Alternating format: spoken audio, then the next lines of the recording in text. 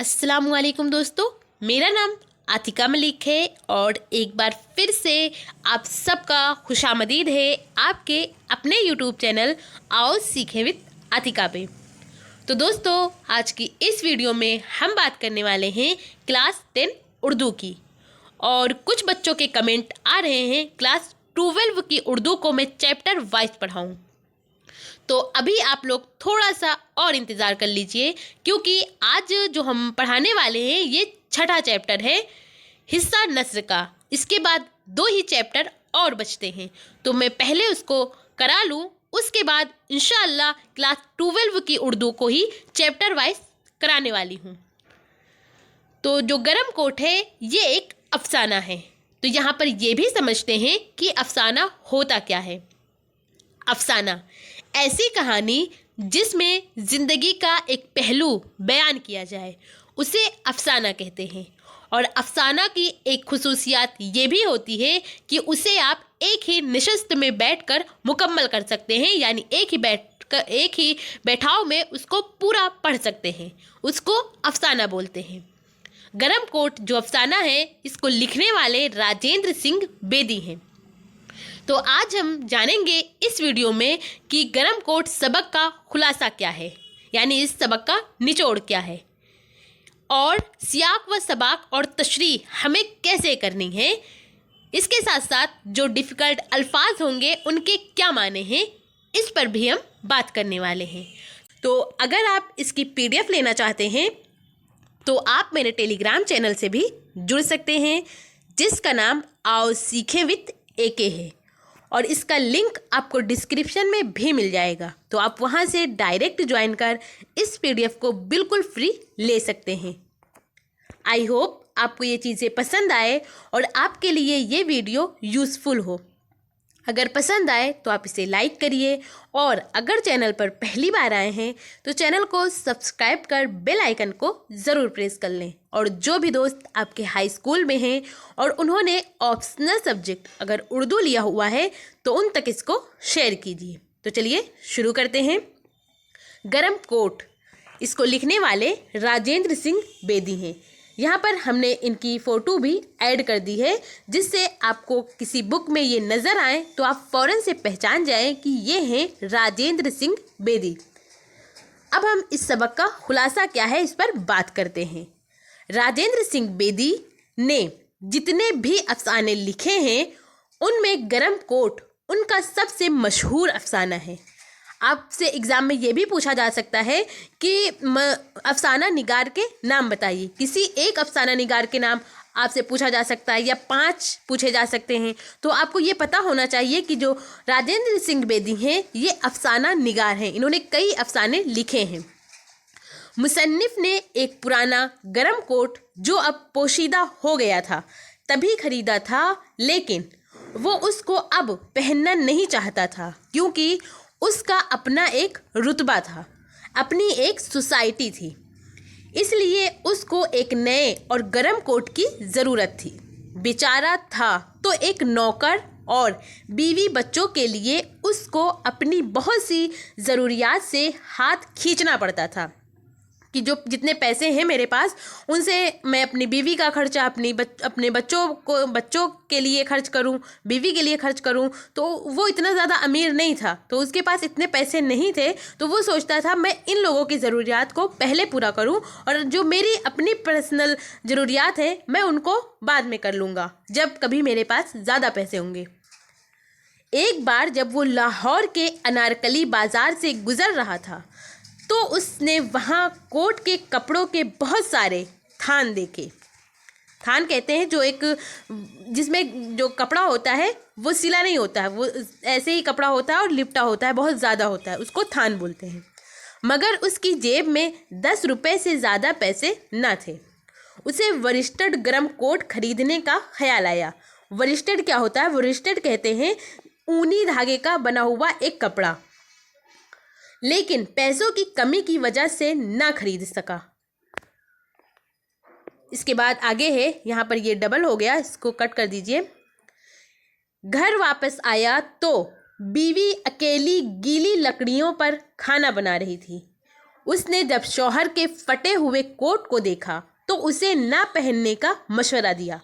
और यहाँ ये जो बीवी बताया गया है कि उसने, यहाँ पर ये बीवी अकेली बैठी थी, तो इस बीवी का नाम क्या था, ये आपके प्रीवियस ईयर क्वेश्चन नहीं बल्कि मॉडल पेपर देखेंगे तो उसमें एक क्वेश्चन था कि शमी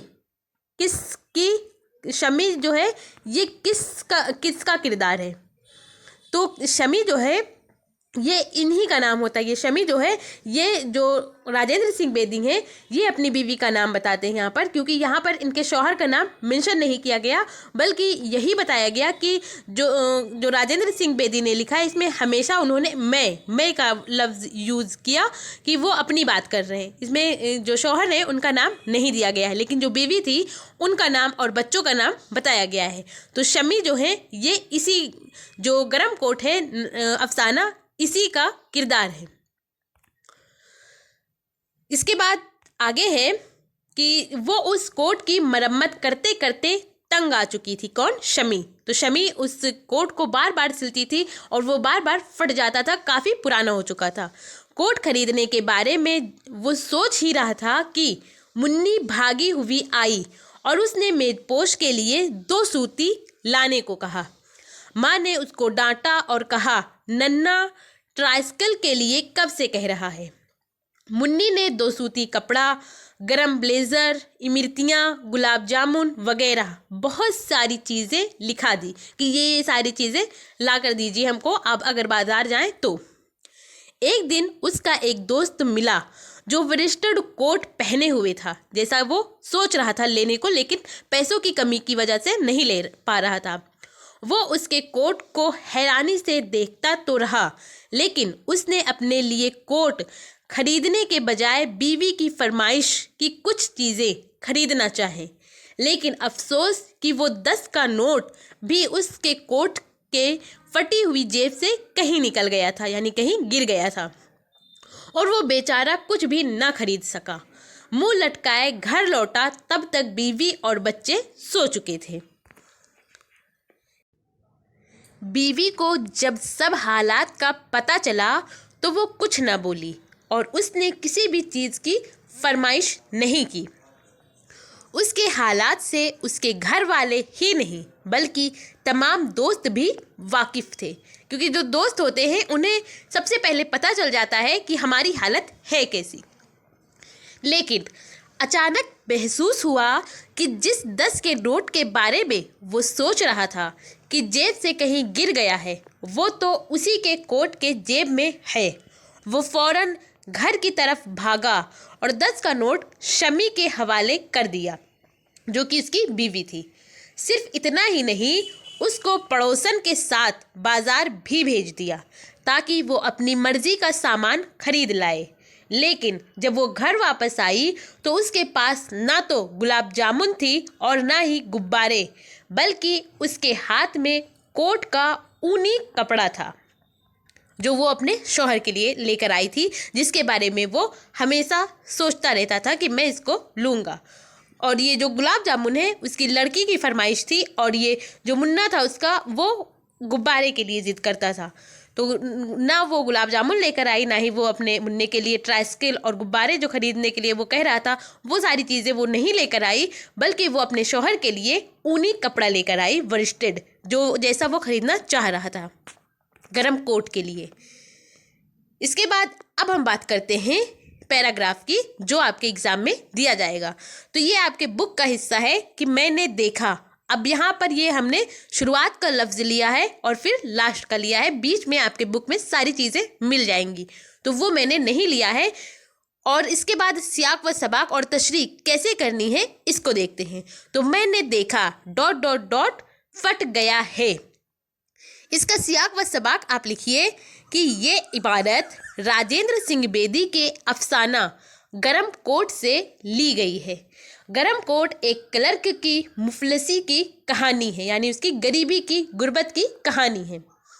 इसके बाद तशरीह करिए और तशरीह में लिखिए कि मेराजुद्दीन टेलर मास्टर की दुकान पर बहुत से सूट टंगे हुए देखकर मेरे दिल में ख्याल पैदा होता है कि मैं भी एक सूट बना लूं। इस साल तंगदस्त होने के बावजूद मुझे एक गर्म कोट ज़रूर सिलवा लेना चाहिए। ये ख्याल मुझे अपने महकमा के तफरीह क्लब जाने और दर्जी की दुकान के सामने से गुज़रने पर ही आता है।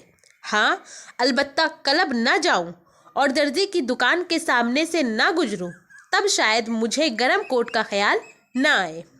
यानी मैं जब वह उसको नहीं देखूंगा अपने नज़रों के सामने तो मुझे उस चीज़ का ख्याल नहीं आएगा, लेकिन मैं उसी रास्ते से आता जाता हूँ और मेरी नज़र पड़ती है तो मेरा दिल चाहता है कि मैं इसको ले लूँ, मेरे पास ये गर्म कोट हो, क्योंकि मेरे दोस्तों के पास भी है।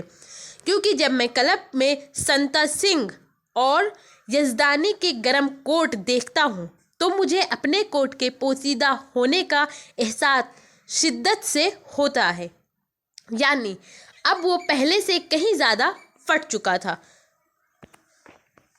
इसके बाद अगला पैराग्राफ है कि इसी दिसंबर ... परवाह नहीं करते। तो इसका सियाक व सबाक आप लिखिए, यहाँ पर इसका सियाक व सबाक लिखिए कि ये नसरी पारा, यहाँ पर आप ये नसरी पारा, ये इबारत, ये इक्तबास, ये पैराग्राफ कुछ भी लिख सकते हैं। तो ये नसरी पारा हमारी दरसी किताब के अफसाना गरम कोट से ली गई है। इसके मुसन्निफ राजेंद्र सिंह बेदी हैं। इसके बाद तशरीह करिए, तो तशरीह में लिखिए कि मुसन्निफ कहता है, मुसन्निफ से मुराद राजेंद्र सिंह बेदी हैं। तो मुसन्निफ कहता है कि दिसंबर की एक शाम को क्लब से वापसी पर आटा, दाल, ईंधन, बिजली वगैरह के पैसे देने के बाद मेरी जेब में सिर्फ 10 रुपये का नोट बचा था और मैं अनारकली बाज़ार से गुज़र रहा था। जब जेब में पैसे हो तो अनारकली बाज़ार से गुज़रना बुरा नहीं लगता और ना ही अपने आप पर गुस्सा आता है, बल्कि बहुत अच्छा लगता है। मुझे बाज़ार में चारों तरफ साड़ियाँ और सूट ही सूट नज़र आ रहे थे। अभी कुछ सालों से मामूली आदमी भी सूट पहनने लगा था। मेरे सुनने में आया था कि कई टन सोना मुल्क से बाहर चला गया है। शायद इसीलिए लोग जिस्मानी सजावट का ख्याल बहुत ज़्यादा रखते थे। नए नए सूट पहनना और शान व शौकत से रहना हमारी गुर्बत की अलामत है, वरना जो लोग हकीकत में अमीर हैं वो झूठी शान व शौकत को पसंद नहीं करते। इसके बाद अगला पैराग्राफ है कि फिर मैंने सोचा ... कहीं गिर गया था। इसका सियाक व सबाक आप लिखिए कि ये इक्तिबास हमारी दरसी किताब के अफसाना गरम कोट से ली गई है। इसके मुसन्निफ राजेंद्र सिंह बेदी हैं। इसके बाद तशरीह करिए और तशरीह में लिखिए कि बेदी कहते हैं, यहाँ पर मुसन्निफ भी हो सकता है और बेदी भी हो सकता है, जो कि इनका नाम है राजेंद्र सिंह बेदी। तो बेदी कहते हैं कि अव्वल मुझे पुष्पा मुन्नी की इमरतियाँ और गुलाब जामुन खरीदना चाहिए। यानी सबसे पहले हमको जो मुन्नी कह रही थी, पुष्पा मुन्नी, कि वो इमरतियाँ चाहिए और गुलाब जामुन चाहिए, तो उसको पहले खरीदना चाहिए ताकि बाद में भूल ना सकूं। उन्हें छुपाने से घर में तमाशा रहेगा। दुकान पर खोलते रोगन में कचौरियाँ खूब फूल रही थी, जो उसका मन कर रहा था खाने को। देखकर मुंह में पानी भर आया। जिस तरह गुलाब जामुन के ख्याल से पुष्पा के मुंह में पानी आ गया था। फव्ज और इतराफील ज़मानी के ख्याल के बावजूद मैं पत्थर की मेज़ पर टक कर रुग्बत से कचौरियाँ खाने लगे, मगर जब बाद में जेब टटोली तो कुछ ना था। उसका नोट कहीं सुराख से गिर गया था, क्योंकि उसके कोट में कई सारे सुराख थे, जिसको बार बार सिल कर बार बार रफू कर उसकी बीवी भी परेशान हो चुकी थी, शमी। तो उसका जो पैसा था 10 का नोट वो गिर गया, लेकिन वो कचौरियाँ खा ली और फिर ढूंढने लगा, परेशान होने लगा। तो जो कचौरियों का मालिक था तो उसने कहा कि ठीक है, कल पैसे दे देना, क्योंकि वो समझ गया था कि इनके पास पैसे हैं नहीं। इसके बाद हम देखते हैं जो डिफ़िकल्ट लफ्ज़ हैं उनके क्या माने हैं। जैसा कि एक लफ्ज़ आया है वरिस्टेड, तो वरिस्टेड ये इंग्लिश का लफ्ज़ है। इसके माने होते हैं ऊनी धागे से बना कपड़ा। इसके बाद दूसरा लफ्ज़ है बोसीदगी। बोसीदगी कहते हैं फटा हुआ या कमज़ोर होना। तीसरा लफ्ज़ है मायूब। मायूब कहते हैं बुरा को। इसके बाद अगला है बदयही, बदयही कहते हैं रोशन को। इसके बाद अगला है चंदियाँ, चंदा, चंदा कहते हैं इतना को। इसके बाद अगला है तकल्लुफ़, तकल्लुफ़ कहते हैं बनावट को। इसके बाद अगला है तजुर्बा, तजुर्बा कहते हैं गौर करना को। इसके बाद अगला एक लफ्ज़ है दायमी, दायमी कहते हैं बहुत पुराना। और इसके बाद अगला एक लफ्ज़ है बेज़ोई, बेज़ोई कहते हैं अंडे की शक्ल का। इसके बाद अगला एक लफ्ज़ है लहीम शहीम, लहीम शहीम कहते हैं मोटा तगड़ा को। इसके बाद अगला एक लफ्ज़ है कुल्की, कुल्की कहते हैं ईंधन रखने की जगह को। इसके बाद अगला एक लफ्ज़ है अपर बारी, अपर बारी जो है ये पंजाब की एक नहर का नाम है, अपर बारी। इसके बाद अगला है रफ़अत ज़हनी, रफ़अत ज़हनी कहते हैं बुलंद ख्वानी, बुलंद ख्याली को। इसके बाद अगला लफ्ज़ है कैसा, कैसा कहते हैं जेब को। तो इस तरह आज हम लोगों ने जाना कि गरम कोट सबक का खुलासा क्या है और इसका सियाक व सबाक हमें कैसे लिखना है। अगर आप जितने भी चैप्टर आपके सिलेबस में बताए गए हैं उन सारे चैप्टर के आप नाम और उसको किसने लिखा है ये याद कर लेंगे तो आपको सियाक व सबाक बनाने में कोई परेशानी, कोई दिक्कत हो ही नहीं सकती, क्योंकि वहाँ से आप बड़ी आसानी से सियाक व सबाक बना सकते हैं। और इसके साथ साथ ये भी जाना कि इसकी तशरीह हमें कैसे करनी है, जो काफ़ी इम्पॉर्टेंट है। अगर आप प्रीवियस ईयर क्वेश्चन को देखेंगे तो जो नस्र वाला हिस्सा है वहाँ से यही क्वेश्चन पूछा जाता है। आपको एक पैराग्राफ दिया जाता है और पूछा जाता है कि इसका तशरीह करिए मैं सियाक व सबाक के, और इसके जो डिफ़िकल्ट लफ्ज़ हैं उनके मानों के बारे में भी जाना कि उनके माने हैं क्या। अगर आप इसकी PDF लेना चाहते हैं तो आप मेरे टेलीग्राम चैनल से भी जुड़ सकते हैं, जिसका नाम आओ सीखे विद AK है, और इसका लिंक आपको डिस्क्रिप्शन में भी मिल जाएगा। तो आप वहां से डायरेक्ट ज्वाइन कर इस PDF को बिल्कुल फ्री ले सकते हैं। आई होप आपको ये चीज़ें पसंद आई हो और आपके लिए ये वीडियो यूज़फुल हो। अगर पसंद आई हो तो आप इसे लाइक करिए, और अगर चैनल पर पहली बार आए हैं तो चैनल को सब्सक्राइब कर बेल आइकन को ज़रूर प्रेस कर लें। और जो भी दोस्त आपके हाई स्कूल में हैं और उन्होंने ऑप्शनल सब्जेक्ट अगर उर्दू लिया हुआ है तो उन तक इसको शेयर कीजिए। और आपको ये वीडियो कैसी लगी अपना फीडबैक हमें कमेंट के ज़रिए ज़रूर बताइए। Thank you. हमेशा खुश रहिए।